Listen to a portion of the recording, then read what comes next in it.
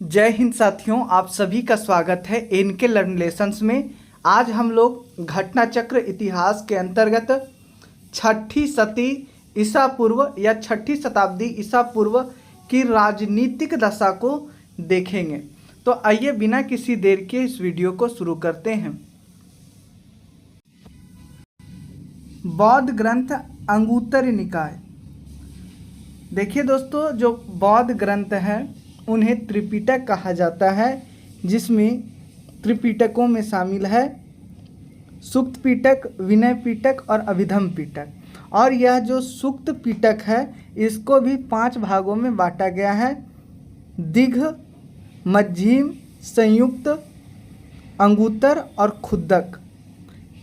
इन 5 भागों में सूक्त पिटक को भी बांटा गया है, जिसमें से ही एक है अंगुत्तर निकाय, और इसी से हमें जानकारी मिलती है गौतम बुद्ध के जन्म से पूर्व समस्त भारत 16 बड़े राज्यों में विभक्त था, अर्थात 16 महाजनपदों की जानकारी प्राप्त होती है। इन्हें 16 या षोडश महाजनपद कहा गया है। इन 16 महाजनपदों के नाम कौशल, काशी, मगध, अंग, वज्जी, चेदी, मल्ल, वत्स, कुरु, पांचाल, मत्स्य, सूरसेन, कंबोज, अवंती, अशक या अश्मक तथा गांधार था। जैन ग्रंथ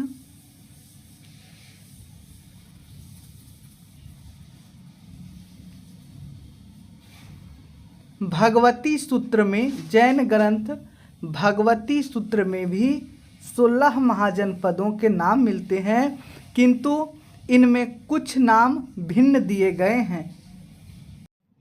इसमें प्राप्त 16 महाजनपदों के नाम हैं अंग, बंग, मलय, अच्छ, वच्छ, वत्स, मगध, मगध, मालव, कोक्ष, लाढ़, मौली, मल्ल, कौशल, काशी, पाठ्य, समुत्तर, अवध एवं वज्जी। तो हमें 16 महाजनपदों की जानकारी बौद्ध ग्रंथ अंगुत्तर निकाय से प्राप्त होती है और जैन ग्रंथ भगवती सूत्र से। लेकिन भगवती सूत्र में जो 16 महाजनपदों के नाम दिए गए हैं वो अंगुत्तर निकाय में दिए गए 16 महाजनपदों से भिन्न हैं। पाणिनि के अष्टाध्यायी में 22 महाजनपदों का उल्लेख मिलता है। पाणिनि व्याकरणाचार्य थे। उत्तरी बिहार के वर्तमान भागलपुर तथा मुंगेर के जिले अंग महाजनपद के अंतर्गत थे। इसकी राजधानी चंपा थी। जो अंग महाजनपद था उसकी राजधानी चंपा थी, और वर्तमान में यह जो महाजनपद है वो उत्तरी बिहार के वर्तमान भागलपुर और मुंगेर जिले के अंतर्गत आता है। महाभारत तथा पुराणों में इसका प्राचीन नाम मालिनी प्राप्त होता है। चंपा का पुराणों और महाभारत में मालिनी नाम प्राप्त होता है। बुद्ध के समय भारत के 6 बड़े महानगर में चंपा की गणना की जाती थी। महापरिनिर्वाण सूत्र में इन 6 महानगरों के नाम प्राप्त होते हैं। ये हैं चंपा, राजगृह, बनारस, साकेत, कौशाम्बी तथा श्रावस्ती। दीघ निकाय के अनुसार, जो सूत पिटक का एक भाग है, के अनुसार चंपानगर निर्माण की योजना वास्तुकार महागोविंद वास्तुकार महागोविंद ने की थी। चंपा नगरी का जो निर्माण की योजना किसने बनाई थी? तो वास्तुकार महागोविंद ने बनाई थी। किसके अनुसार? तो महापरिनिर्वाण सूत्र के अनुसार। वैशाली के लिच्छवियों ने विश्व का पहला गणतंत्र स्थापित किया था। सुत निपात में वैशाली को मगधमपुरम कहा गया है। सुत निपात में वैशाली को मगधमपुरम कहकर संबोधित किया गया है, कहा गया है। अब हम लोग देखते हैं महाजनपद, आधुनिक स्थल और उनकी राजधानी क्या थी। कुरु महाजनपद की राजधानी इंद्रप्रस्थ थी और यह मेरठ, दिल्ली और थानेश्वर आधुनिक स्थल में पड़ता था। पंचाल राजधानी अहिच्छत्र और काम्पिल्य। पंचाल दो भागों में विभक्त था। उत्तरी पांचाल की राजधानी अहिच्छत्र थी और दक्षिणी पांचाल की राजधानी काम्पिल्य। आधुनिक स्थल है बरेली, बंदायूं तथा फर्रुखाबाद। सूरसेन राजधानी मथुरा के आसपास का क्षेत्र सूरसेन महाजनपद के अंतर्गत आता था। वत्स की राजधानी कौशाम्बी थी और वर्तमान में यह प्रयागराज तथा बांदा जो जिला है उसके अंतर्गत पड़ता था। कौशल की राजधानी साकेत तथा श्रावस्ती थी। अवध का क्षेत्र अयोध्या मंडल और कौशल की राजधानी रामायण काल में अयोध्या थी। आप लोग को पता ही होगा, जो सरयू नदी के किनारे स्थित थी।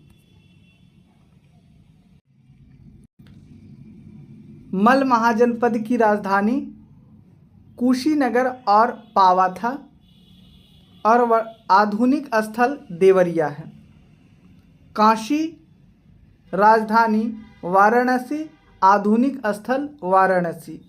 अंग अभी देखे थे कि 6 महानगरों में से एक था अंग। अंग की राजधानी चंपा, भागलपुर तथा मुंगेर का क्षेत्र जो उत्तरी बिहार के अंतर्गत आता है। मगध की राजधानी गिरिब्रज अथवा राजगृह थी। दक्षिणी बिहार पटना व गया जिला इसके अंतर्गत आते थे। वज्जी की राजधानी मिथिला, वैशाली व जनकपुरी था और वर्तमान में यह मुजफ्फरपुर तथा दरभंगा के अंतर्गत आता था। चेदी महाजनपद की राजधानी शोथिवती थी और वर्तमान स्थल की बात करें तो यह बुंदेलखंड जो क्षेत्र है वहीं पर था चेदी महाजनपद। मत्स्य महाजनपद राजधानी विराटनगर जो राजस्थान के अंतर्गत आता था। वर्तमान में जयपुर का जो क्षेत्र है वो मत्स्य महाजनपद के अंतर्गत आता था। अस्मक महाजनपद जिसकी राजधानी पोतन या पोटली थी, जो दक्षिण भारत का एकमात्र महाजनपद था। अस्मक महाजनपद राजधानी पोतन या पोटिल जो गोदावरी घाटी आंध्र प्रदेश में स्थित था। अवंती राजधानी उज्जैनी तथा माहिष्मती यह पश्चिमी तथा मध्य जो मालवा क्षेत्र है वहाँ पर स्थित था। गांधार महाजनपद की राजधानी तक्षशिला तक्षशिला अपने शिक्षा के क्षेत्र में प्रसिद्ध था, क्योंकि तक्षशिला में ही तक्षशिला विश्वविद्यालय था, जहाँ से महान व्याकरणाचार्य पाणिनि और चाणक्य जैसे महान लोग वहीं से पढ़े थे, जो कि नालंदा विश्वविद्यालय के पहले का विद्यालय था यह तक्षशिला विश्वविद्यालय। तो गांधार महाजनपद की राजधानी तक्षशिला, वर्तमान में यह पेशावर तथा रावलपिंडी जो पाकिस्तान में पड़ता है इस क्षेत्र के अंतर्गत आता था। अगली महाजनपद है वह है कंबोज। कंबोज की राजधानी राजपुर या हाटक थी और यह अपने घोड़ों के लिए प्रसिद्ध था। यह वर्तमान में दक्षिणी पश्चिमी कश्मीर तथा राजौर और हजारा क्षेत्र के अंतर्गत आता था। तो इस तरह से हम लोगों ने क्रमशः 16 महाजनपद, उसकी राजधानियाँ और वर्तमान में उनकी क्या स्थिति थी उसको देख लिए हैं। वैशाली बुद्ध काल का सबसे बड़ा एवं शक्तिशाली गणराज्य था। पुराणों से हमें यह पता चलता है, यह पुराणों के अनुसार मगध पर शासन करने वाला पहला राजवंश बृहदर्थ वंश था। इसके पहले शासक बृहदर्थ का पुत्र जरासंध था, जिसने राजगृह या गिरिब्रज को अपनी राजधानी बनाया था। महाभारत के वन पर्व में राजगृह को जरासंध की राजधानी बताया गया है। बौद्ध ग्रंथों के अनुसार मगध का प्रथम प्रतापी शासक बिंबिसार था। यह हर्यंक वंश से संबंधित था। काशी का सबसे शक्तिशाली शासक ब्रह्मदत्त था। काशी का सबसे शक्तिशाली शासक ब्रह्मदत्त था और इसने कौशल पर विजय प्राप्त की थी। मतलब इन्होंने कौशल को जीत लिया था, जिसकी राजधानी श्रावस्ती थी। अंततोगत्वा कौशल के राजा कंस ने काशी को जीतकर अपने राज्य में शामिल कर लिया। प्रसेनजित के समय कौशल का काशी के अतिरिक्त कपिलवस्तु के शाक्य, केशपुत के कलाम, राम गोपाल के कोलिया, पावा के कुशीनारा, पावा और कुशीनारा के मल, पिपलीवन के मौर्य आदि गणराज्यों पर भी अधिकार था। मतलब यहाँ कहा गया है कि ब्रह्मदत्त जो काशी के सबसे शक्तिशाली शासक थे वो कौशल को जीत लेते हैं और कौशल और काशी के बीच संघर्ष चलता है, लेकिन अंत में जाकर जो कौशल के राजा कंस होते हैं वो काशी को जीत लेते हैं। प्रसेनजित के समय जो कौशल था वह प्रसेनजित के अधीन था। इसके साथ ही उन्होंने काशी को भी जीता था और साथ ही साथ कई जो गणराज्य थे उनको भी उन्होंने विजित किया था, जिसमें से हम लोगों ने देखा कि कपिलवस्तु के शाक्य है, केशपुत के कलाम, रामग्राम के कोलिया, पावर कुशीनारा के मल, पिपलीवन के मौर्य, केशपुत के कलाम, तो इसमें सभी आते थे। इसको उन्होंने जीत लिया था। किन्होंने जीता था? प्रसेनजित ने। संयुक्त निकाय के अनुसार प्रसेनजित 5 राजाओं के एक गुट का नेतृत्व करता था। रामायण कालीन कौशल राज्य की राजधानी अयोध्या थी। कौशल के प्रमुख नगर श्रावस्ती और अयोध्या थे। बुद्ध काल में कौशल के 2 भाग हो गए थे। उत्तरी कौशल की राजधानी श्रावस्ती थी और दक्षिणी कौशल की राजधानी साकेत थी।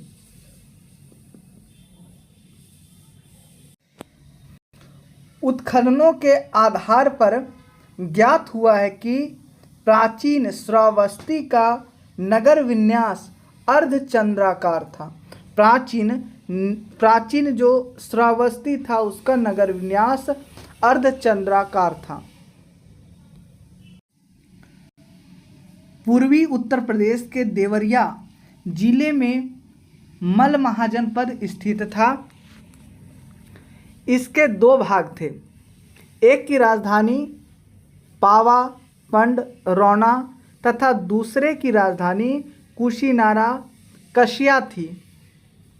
6ठी शताब्दी ईसा पूर्व में आधुनिक बुंदेलखंड के पूर्व तथा उसके समीपवर्ती भागों में चेदी महाजनपद स्थित था।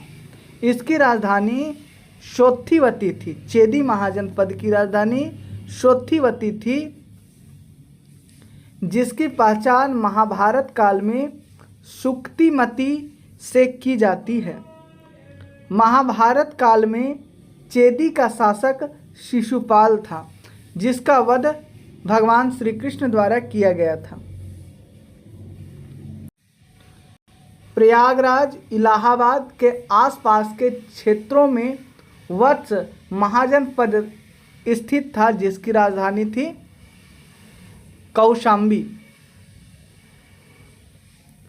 विष्णु पुराण से ज्ञात होता है कि हस्तिनापुर के राजा निच्चछु ने हस्तिनापुर के गंगा के प्रवाह में बह जाने के बाद कौशाम्बी को अपनी राजधानी बनाई थी।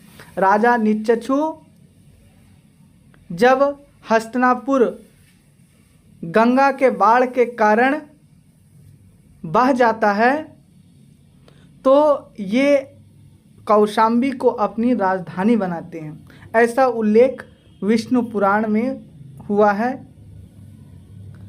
बुद्ध काल में यहाँ पौरव वंश का शासन था। बुद्ध काल में यहाँ पौरव वंश का शासन था। यहाँ का शासक उदयन था। कौशाम्बी का राजा उदयन था, जो पौरव वंश से संबंधित था। बौद्ध भिक्षु पिंडोला ने उदयन को बौद्ध मत में दीक्षित किया तथा उदयन वासवादता की दंतकथा उज्जैन से संबंधित है। इस कथा को महाकवि भास ने अपने नाटक स्वप्नवास वद्दतम में वर्णित किया है। महाकवि भास ने अपने नाटक स्वप्नवास वद्दतम में उदयन वासवदत्ता की दंत कथा का वर्णन किया है। कुरु महाजनपद मेरठ, दिल्ली, थानेश्वर के भूभागों में स्थित था।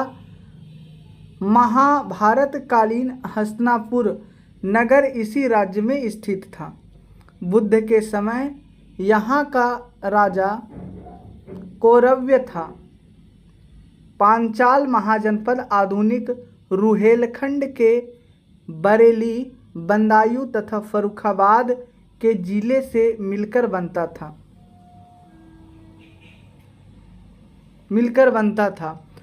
प्रारंभ में इसके दो भाग थे। उत्तरी पांचाल की राजधानी अहिछत्र और दक्षिणी पांचाल की राजधानी काम्पिल्य थी। पांचाल महाजनपद के अंतर्गत कान्यकुब्ज का प्रसिद्ध नगर स्थित था। कान्यकुब्ज को ही कन्नौज कहते हैं। पांचाल जनपद की सीमा हिमालय की तलहटी से लेकर दक्षिण में चंबल नदी तक तथा पूर्व में कौशल तथा पश्चिम में कुरु जनपद को स्पर्श करती थी। पांचाल मूलतः एक राजतंत्र था। किंतु ऐसा प्रतीत होता है कि कौटिल्य के समय तक वह एक गणतंत्र हो गया था या गणराज्य हो गया था। मत्स्य महाजनपद राजस्थान के जयपुर क्षेत्र में बसा हुआ था। इसके अंतर्गत वर्तमान अलवर और भरतपुर का एक भाग भी सम्मिलित था। इसकी राजधानी विराट की स्थापना विराट नामक राजा द्वारा की गई थी। मत्स्य महाजनपद की राजधानी विराटनगर, इसकी स्थापना विराट नामक राजा द्वारा किया गया था। सूरसेन जिसकी राजधानी मथुरा थी। सूरसेन वर्तमान आधुनिक ब्रजमंडल क्षेत्र में बसा हुआ था। इसकी राजधानी मथुरा थी।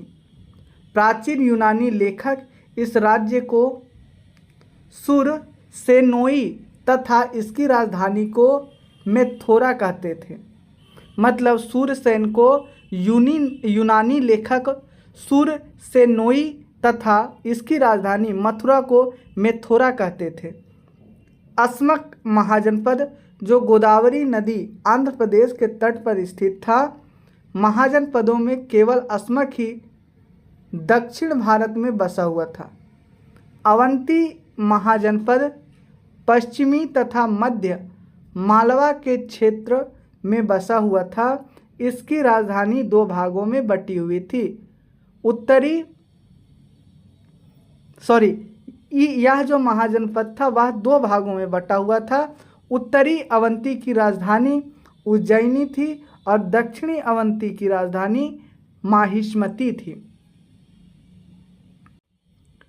गौतम बुद्ध के समय यहाँ का राजा प्रद्योत था। अवंती का राजा बुद्ध के समय प्रद्योत था। बिंबिसार के समय मगध के साथ प्रद्योत के मैत्रीपूर्ण संबंध थे।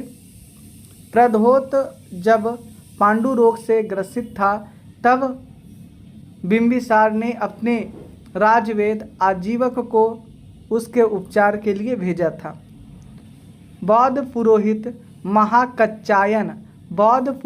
महाकच्चायन के प्रभाव में आकर प्रद्योत बौद्ध बन गया। उसने बौद्ध धर्म को स्वीकार कर लिया।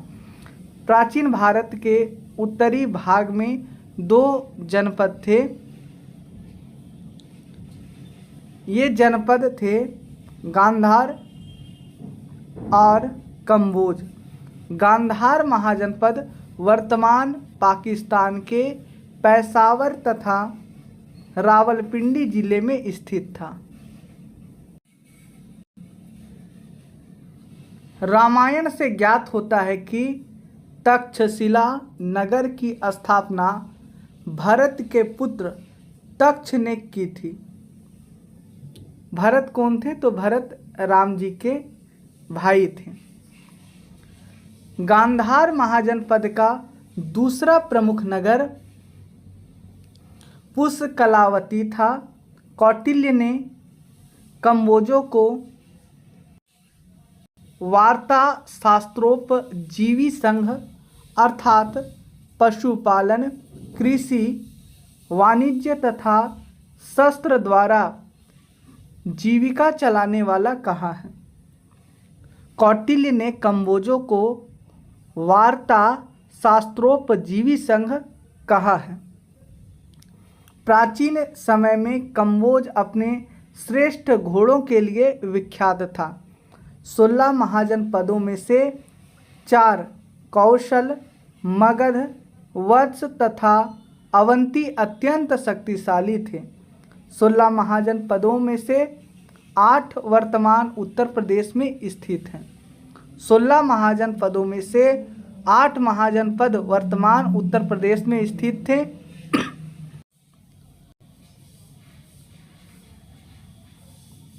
ये महाजनपद हैं जो 8 महाजनपद वर्तमान उत्तर प्रदेश में स्थित थे। वो है पहला काशी, पहला काशी, दूसरा कौशल, तीसरा वत्स, चौथा मल्ल, पांचवा कुरु, छठा पांचाल, सातवां सूरसेन और आठवां चेदी।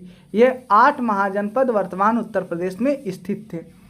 बुद्ध काल में गंगा घाटी में कई गणराज्यों के अस्तित्व का प्रमाण मिलता है। ये गणराज्य थे कपिल वस्तु के शाक्य, सुमसुमारा के भग्ग, अलकब के बुली, केशपुत के कलाम, रामग्राम के कोलिया, कुशीनारा के मल, पावा के मल, पिपलीवन के मौर्या,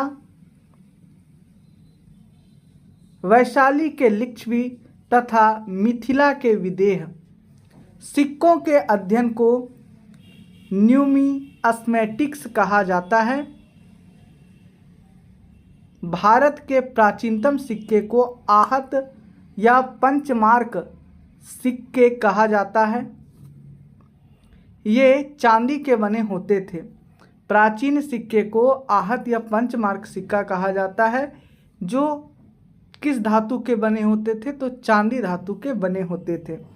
इनके ऊपर ठप्पा देकर निशान बनाए जाते थे, इसीलिए इन्हें आहत सिक्के या पंचमार्क सिक्के कहा जाता है। ये सिक्के 6ठी शताब्दी ईसा पूर्व से मौर्य काल के मध्य प्राप्त होते हैं। बुद्ध घोष की टीका सुमंगल विलासिनी से वज्जी संघ की न्याय व्यवस्था। बुद्ध घोष की टीका सुमंगल विलासिनी से हमें वज्जी संघ की न्याय व्यवस्था के बारे में जानकारी प्राप्त होती है। इससे हमें पता चलता है कि वज्जी संघ में 8 न्यायालय थे। मगध की महत्ता का वास्तविक संस्थापक बिंबिसार था। लगभग 544 से 492 ईसा पूर्व था इसका जो समयावधि कालक्रम था। यह हर्यंक वंश से संबंधित था। जैन साहित्य में बिंबिसार को श्रेणिक कहा गया था। महावंश के अनुसार बिंबिसार 15 वर्ष की अल्पायु में मगध नरेश बना था। सर्वप्रथम इसने प्रमुख राजवंशों के साथ वैवाहिक संबंध स्थापित किए, विवाह के द्वारा संबंध बनाए और अपनी स्थिति को सुदृढ़ किया। इसने लिच्छवी गणराज्य के शासक चेटक की पुत्री चेलना या छलना के साथ विवाह कर मगध की जो उत्तरी सीमा थी उसको इन्होंने सुरक्षित किया। इन्होंने वैवाहिक संबंध बनाए और अपने जो स्थिति थी उसको इन्होंने सुदृढ़ किया। दूसरा प्रमुख वैवाहिक संबंध कौशल नरेश प्रसेनजित की बहन महाकौशला के साथ किया। इस वैवाहिक संबंध से उसे काशी का प्रांत अथवा उसके कुछ ग्राम प्राप्त हो गए। अन्य प्रमुख वैवाहिक संबंध मद्र देश की राजकुमारी क्षेमा या खेमा के साथ करके मद्रों का सहयोग प्राप्त किया। अंग के शासक ब्रह्मदत्त को पराजित कर अपने राज्य में मिला लिया। विनय पिटक से पता चलता है कि इसने वेनुवन नामक उद्यान बुद्ध एवं संघ के निमित्त प्रदान कर दिया। दिघ निकाय से ज्ञात होता है कि बिंबिसार ने चंपा के ब्राह्मण को वहाँ की संपूर्ण आमदनी दान में दे दिया। बिंबिसार को अपने पुत्र अजातशत्रु द्वारा बंदी बनाकर कारागार में डालने का उल्लेख बौद्ध एवं जैन ग्रंथों में मिलता है।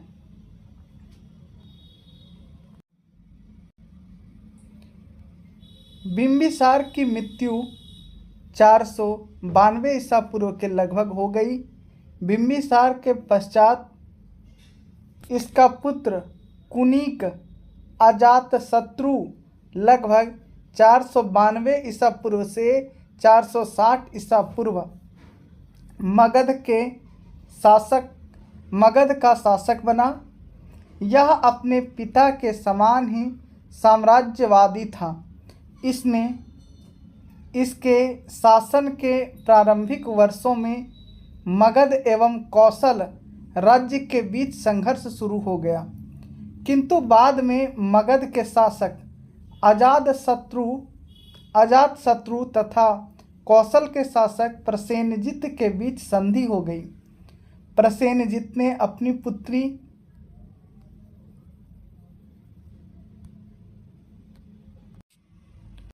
वाजिरा का विवाह अजातशत्रु से कर दिया तथा पुनः काशी के ऊपर उसका अधिकार स्वीकार कर लिया।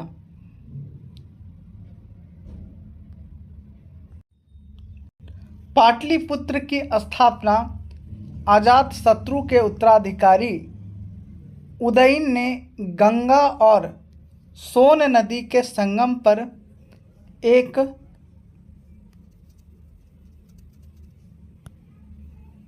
किला बनाकर की थी। इसने मगध साम्राज्य की राजधानी राजगृह से पाटलिपुत्र स्थानांतरित की। शिशुनाग वंश की स्थापना शिशुनाग द्वारा की गई थी। महावंश टीका में शिशुनाग को एक लिच्छवी राजा की वैश्या पत्नी से उत्पन्न कहा गया है। पुराणों के अनुसार वह क्षत्रिय था। अवंती की विजय शिशुनाग के लिए लाभदायक सिद्ध हुआ। शिशुनाग ने अवंती को जीत लिया और यह उसके लिए लाभदायक सिद्ध हुआ। इसने मगध साम्राज्य की पश्चिमी सीमा मालवा तक पहुंचा दिया था। इस विजय के पश्चात शिशुनाग का वत्स के ऊपर भी अधिकार हो गया, क्योंकि वह अवंती के अधीन था। अवंती और वत्स पर अधिकार हो जाने से पश्चिमी विश्व के साथ पाटलिपुत्र के व्यापार वाणिज्य के लिए एक नया मार्ग प्राप्त हो गया। शिशुनाग ने गिरिब्रज के अतिरिक्त वैशाली को अपनी दूसरी राजधानी बनाई थी। शिशुनाग ने गिरिब्रज के अतिरिक्त अपनी दूसरी राजधानी वैशाली नगर को बनाई थी, जो बाद में उसका प्रधान राजधानी बन गया। शिशुनाग ने लगभग 412 से 394 ईसा पूर्व तक शासन किया। महावंश के अनुसार शिशुनाग की मृत्यु के पश्चात उसका पुत्र कालाशोक राजा बना। पुराणों में कालाशोक को काकवर्ण कहा गया है। कालाशोक ने अपनी राजधानी पुनः पाटलिपुत्र स्थानांतरित कर दिया। इसके शासनकाल में द्वितीय बौद्ध संगीति का आयोजन वैशाली में हुआ। इस संगीति में बौद्ध संघ के दो संप्रदायों अस्थीवर और महासंघिक में विभाजन हो गया। बाणभट्ट के हर्षचरित से ज्ञात होता है कि राजधानी के समीप घूमते किसी व्यक्ति ने कालाशोक की हत्या कर दी। महाबोधि वंश के अनुसार कालाशोक के 10 पुत्रों ने सम्मिलित रूप से लगभग 22 वर्षों तक शासन किया। कालाशोक के उत्तराधिकारियों का शासन 344 ईसा पूर्व के लगभग समाप्त हो गया। शिशुनाग वंश का अंत कर नंद वंश की स्थापना जिस व्यक्ति ने की वह निम्न वर्ण से संबंधित था। विभिन्न ग्रंथों में उसका नाम भिन्न भिन्न दिया गया है।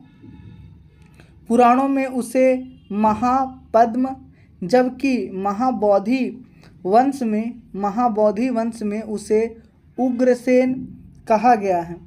पुराणों के अनुसार महापद्मनंद शिशुनाग वंश के अंतिम राजा महानंदिन की शूद्र स्त्री के गर्भ से उत्पन्न हुआ था। जैन ग्रंथ परिशिष्ट प्रवन के अनुसार वह नापित अर्थात नाई पिता और वैश्या माता का पुत्र था। नंद वंश में कुल 9 राजा होने के कारण उन्हें नवनंद कहा जाता है। महाबोधि वंश के अनुसार इनके नाम हैं उग्रसेन, पंडुक, पंडुगति, भूतपाल, राष्ट्रपाल, गोविशानक, 10 सिद्धक, केवर्त तथा धनानंद जो अंतिम शासक था। अब हम लोग देखते हैं बौद्ध साहित्य के अनुसार बिंबिसार से नंदों तक के राजाओं का शासनकाल, वंश नाम, राजा का नाम और शासनकाल। हर्यंक वंश 544 ईसा पूर्व से 412 ईसा पूर्व। पहला शासक बिंबिसार 544 ईसा पूर्व से 492 ईसा पूर्व। दूसरा शासक अजातशत्रु 492 ईसा पूर्व से 460 ईसा पूर्व। उदयन तथा इसके उत्तराधिकारी 460 से 412 ईसा पूर्व तक शासन किए। इसके बाद दूसरा राजवंश है शिशुनाग वंश जो 412 ईसा पूर्व से 344 ईसा पूर्व तक रहा। पहला शासक शिशुनाग 412 ईसा पूर्व से 394 ईसा पूर्व। दूसरा शासक काकवर्ण या कालाशोक 394 ईसा पूर्व से 366 ईसा पूर्व। काकवर्ण के 10 पुत्र 366 ईसा पूर्व से 344 ईसा पूर्व तक शासन किए। इसके बाद में अगला वंश आता है नंद वंश। नंद वंश के संस्थापक या पहले शासक महापद्मनंद थे, जिन्हें उग्रसेन भी कहा जाता है। इनकी शासन अवधि है 344 ईसा पूर्व से 321 ईसा पूर्व। नंद वंश 344 ईसा पूर्व से 321 ईसा पूर्व चला। अच्छा, यह जो समय अवधि है 344 ईसा पूर्व से 321 ईसा पूर्व नंद वंश का, वो महापद्मनंद समेत जो इनके 8 पुत्र थे उनके कुल शासन को मिलाकर है। तो इस तरह से पहला हर्यंक वंश, दूसरा शिशुनाग वंश और तीसरा नंद वंश के राजाओं और उनके कालक्रम के या शासनावधि के बारे में हम लोग देख लिए हैं। अब इससे आगे देखते हैं।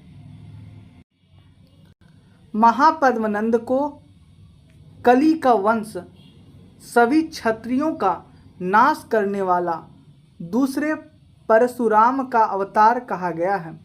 कली का अंश सभी क्षत्रियों का नाश करने वाला अर्थात दूसरे परशुराम का अवतार कहा गया है। उसने एक छत्र शासन की स्थापना की तथा एक राट की उपाधि धारण की। इसके द्वारा उन्मूलित राजवंशों के जो नाम मिलते हैं वे हैं इक्ष्वाकु, कलिंग, अश्मक, पांचाल, काशेय, हेहय, कुरु, मैथिल, सूरसेन, वितिहोत्र। मत्स्य पुराण के अनुसार इक्ष्वाकु ने 24 वर्ष कलिंग ने 32 वर्ष, अश्मक ने 25 वर्ष, पांचाल ने 23 वर्ष, काशी ने 24 वर्ष, हेहय ने 28 वर्ष, कुरु ने 36 वर्ष, मैथिल ने 28 वर्ष, सूरसेन ने 23 वर्ष तथा वितिहोत्र ने 20 वर्ष तक शासन किया। खारवेल के हाथी गुम्फा अभिलेख से उसके कलिंग विजय की सूचना प्राप्त होती है। नंद वंश का अंतिम राजा धनानंद था, जो सिकंदर का समकालीन था। यूनानी लेखकों ने उसे अग्रमीज उग्रसेन का पुत्र कहा है। जेनोफोन ने इसे बहुत धनाढ्य व्यक्ति बताया है। तमिल और सिंहली ग्रंथों से भी इसकी अतुल संपत्ति की सूचना मिलती है। भद्रसाल इसका सेनापति था। धनानंद द्वारा जनता को बलपूर्वक धन वसूलने तथा छोटी छोटी वस्तुओं पर भारी कर लगाने के कारण जनता इसके विरुद्ध हो गई और चारों ओर घृणा एवं असंतोष का वातावरण व्याप्त हो गया। इस स्थिति का लाभ उठाकर चंद्रगुप्त मौर्य ने चाणक्य के सहयोग से धनानंद की हत्या कर नंद वंश का अंत कर दिया। व्याकरणाचार्य पाणिनि महापद्मनंद के मित्र थे। वर्ष, उपवर्ष, वररुचि, कात्यायन जैसे विद्वानों का जन्म नंद काल में ही हुआ था। नंद शासक जैन मत के पोषक थे।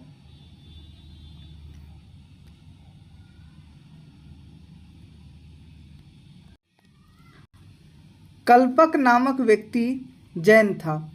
इसकी सहायता से महापद्मनंद ने समस्त क्षत्रियों का नाश कर डाला था। धनानंद के जैन अमात्य शकटाल तथा स्थूलभद्र थे। जैन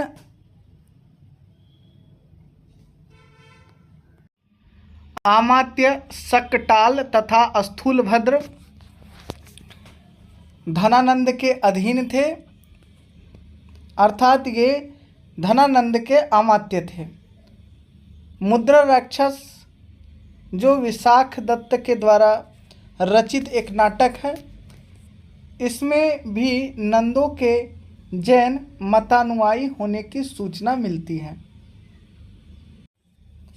आगे है, पुराणों के अनुसार बिंबिसार से नंदों तक के राजाओं के शासनकाल।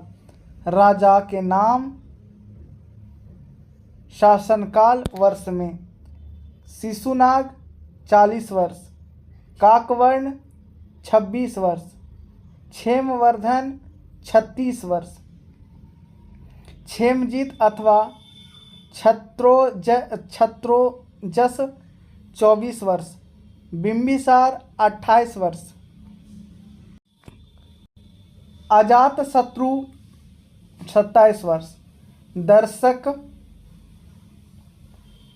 24 वर्ष, उदयीन 33 वर्ष, नंदीवर्धन 40 वर्ष, महानंदीन 43 वर्ष, महापद्म तथा उसके 8 पुत्र 100 वर्ष, कुछ विद्वानों के अनुसार 40 वर्ष। इस तरह से हम लोगों ने 6ठी शताब्दी ईसा पूर्व की राजनीतिक दशा को देखा।